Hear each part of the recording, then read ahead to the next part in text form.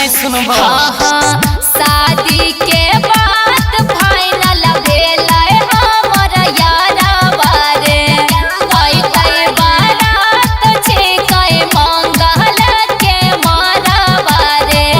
पिया जी के संग में हम लाग जइबौ रे।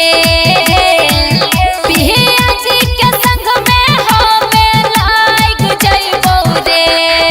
सुनी में गोली के नोक पर उठाई के तोरा मरवा से भाग जइबोगे।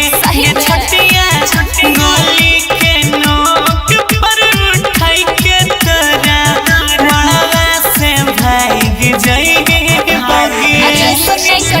करिए पड़ते जब नहीं मानते कोई। बम काली रिकॉर्डिंग स्टूडियो मानसी।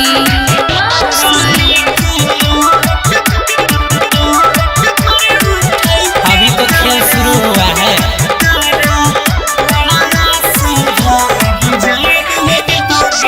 सबके नजर में नहीं तोए हमारा बदनाम करी है।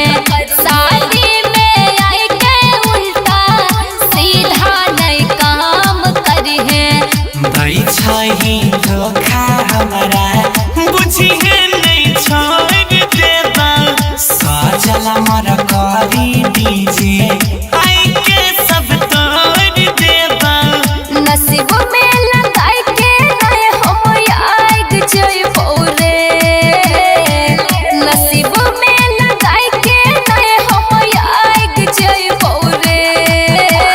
प्लीज बाबू सॉरी ना। इधर सुन गोली के नोक पर उठाई के तोरा मरवा से भाग जइबोगे। ये छटिया गोली के नोक पर उठाई के तोरा मरवा से भाग जइबोगे। करिए पड़ते जब नहीं मानता कोई। Mix by Guddu Gudesh.